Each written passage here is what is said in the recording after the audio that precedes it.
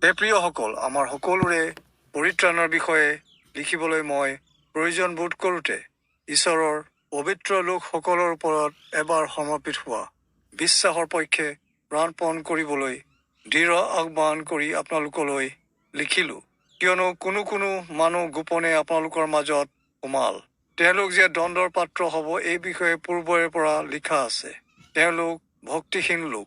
তেওঁলোকে আমাৰ ঈশ্বৰৰ অনুগ্ৰহক লম্পট আচৰণত সলনি কৰে আৰু আমাৰ একমাত্ৰ অধিপতি আৰু প্ৰভুক অৰ্থাৎ যীশুখ্ৰীষ্টক অস্বীকাৰ কৰে। কিন্তু এই বিষয়ে আপোনালোকে সকলো কথা জানিলেও আপোনালোকক সোঁৱৰাব খোজো যে প্ৰভুৱে মিছৰ দেশৰ পৰা তেওঁৰ লোকসকলক উদ্ধাৰ কৰি উলিয়াই অনাৰ সময়ত যিসকলে বিশ্বাস নকৰিলে তেওঁ সেই লোকসকলক বিনষ্ট কৰিলে।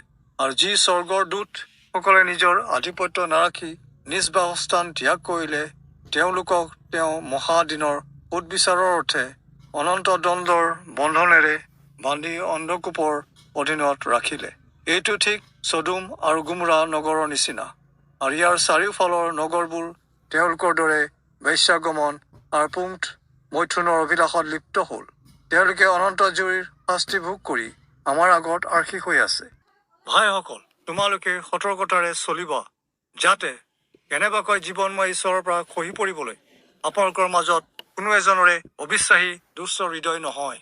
যি সময়লৈকে আজি বোলা সময় আছে সেই সময়লৈ আপোনালোকে প্ৰতিদিনে এজনে আনজনক উৎসাহ দিয়ক, যাতে আপোনালোকৰ কোনো এজনৰ হৃদয় পাপৰ চলনাত পৰি কঠিন নহওক।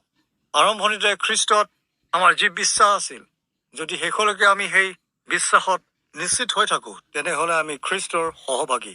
এই বিষয়ে ইয়াকে কোৱা হৈছে, আজি যদি তোমালোকে তেওঁৰ মাত শুনিবলৈ পোৱা তেনেহলে তোমালোকৰ হৃদয় কঠিন নকৰিবা, যেনেকুৱা ইজৰাইলীসকলে সেই বিদ্ৰোহৰ দিনত কৰিছিল।